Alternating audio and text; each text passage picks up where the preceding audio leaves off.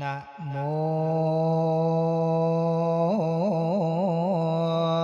ตัสสะภะคะวะโตอะระหะโตสัมมาสัมพุทธัสสะนะโมตัสสะภะคะวะโตอะระหะโตสัมมาสัมพุทธัสสะนะโมตัสสะภะคะวะโต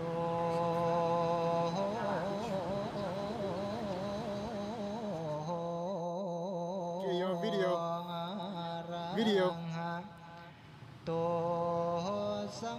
Welcome to Laos. On this path, it's been a long time on this path, and I've learned a few things that have helped me overcome a lot of obstacles in my path that were self-inflicted or placed in front of my path.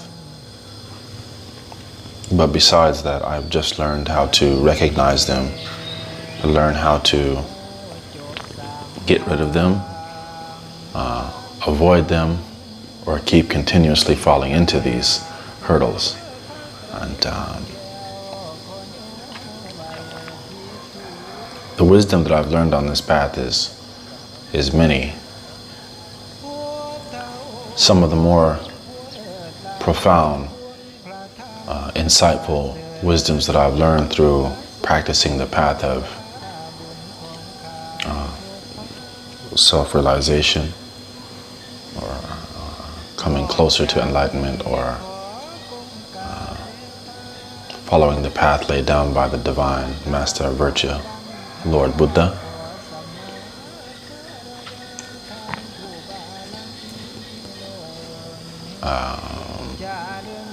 What I have learned is you have to be very, very cautious and careful about what you look at. Because what you look at is also looking back at you. And is also capturing a piece of you. And this doesn't always mean a human figure or physical form. This is talking about what you look at on a repetitious basis. The things that you see in front of you all the time, or you catch yourself glimpsing and seeing these things all the time, they have an impact on your psyche. And they also tell you about how your psyche is picking up different frequency, what frequency your psyche is picking up on the most. And you have to ask yourself, well, why am I seeing this pattern of whatever it may be all the time, whether it's on TV, whether it's in your physical life, it's in front of you, or you're hearing about it, or you're reading about it. So be careful what you see. What you see will stare back into you.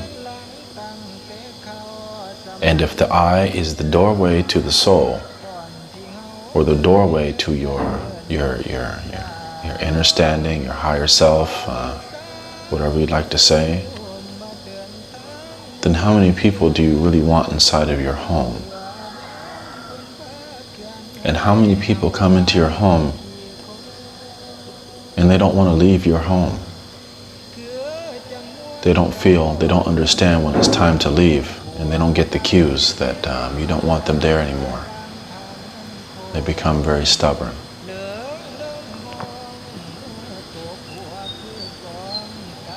In order to be able to resist some of the negative aspects of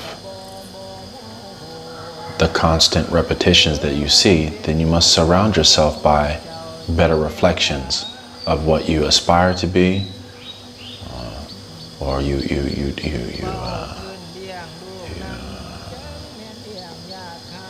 Be around things that give you positive, give you a more positive outlook on life, help you be a better person, help you have a more positive outlook on how you want to present yourself and represent your ancestors and represent your practice to the people around you. Nature for me is always a good place to be around. Raw nature, parks, waterfalls, the lakes, all symbolizing purity, renewal, refreshing, growth, balance, natural existence. These things are very, very important.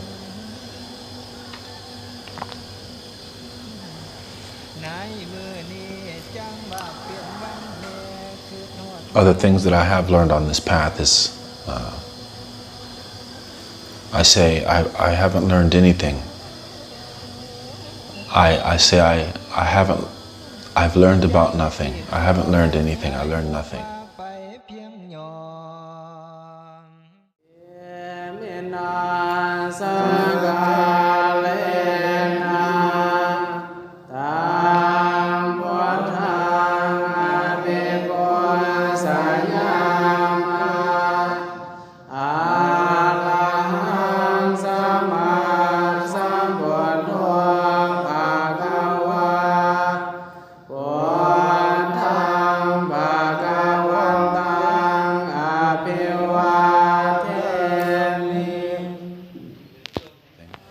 I think it's better to say I've learned about nothing and how important nothing is. The reason why nothing is so important because nothing can be disturbed because there isn't anything to be disturbed. Nothing is pretty much everything. Nothing is everything. Everyone has heard the saying that you cannot fill a cup that is already full, and if you want to fill this cup, then you need to empty it out from what's inside of it and refill it again. And what I've been trying to do with my own self is get rid of this old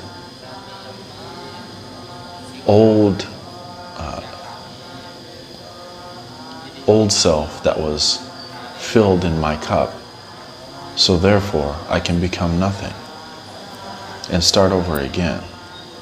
And that doesn't mean completely erase, alter, and get rid of everything I like. Maybe I like to eat cheesecake or something like that. Not that, it's just talking about the old attachments and attitudes and views that I had that were pretty corrosive and were not skillful and did not produce a good outcome. It didn't produce a good actions. It didn't produce a good repetition. Get rid of these things that produced a craving and desire to want to continue to be on this cycle of existence. Not to elevate, not to liberate. I wanted to get rid of those.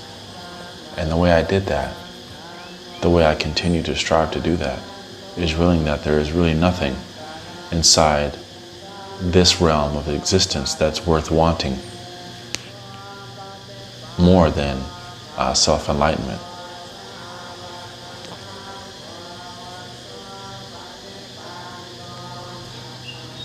So nothing was very, very important for me in this path, because the fact that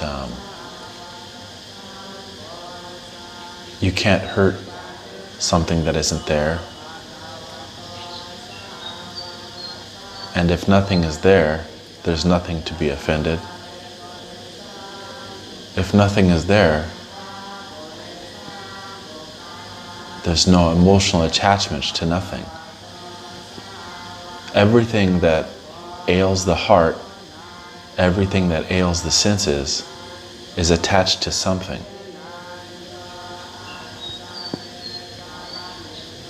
So I kind of wanted to be just a being without having to be attached to something. I mean,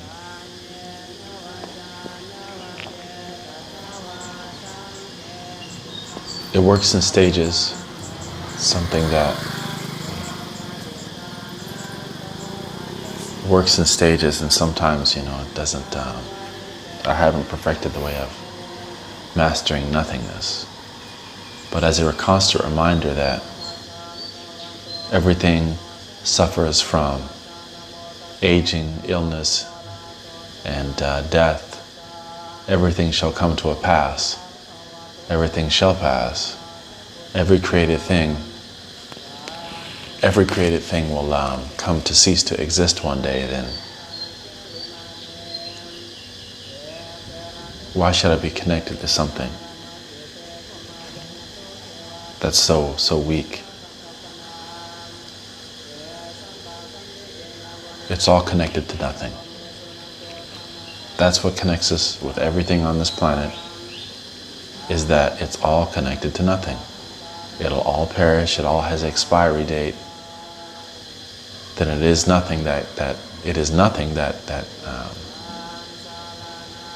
unites us all. Everything that is created, we are united by nothing. And it is that divine nothing that is everything.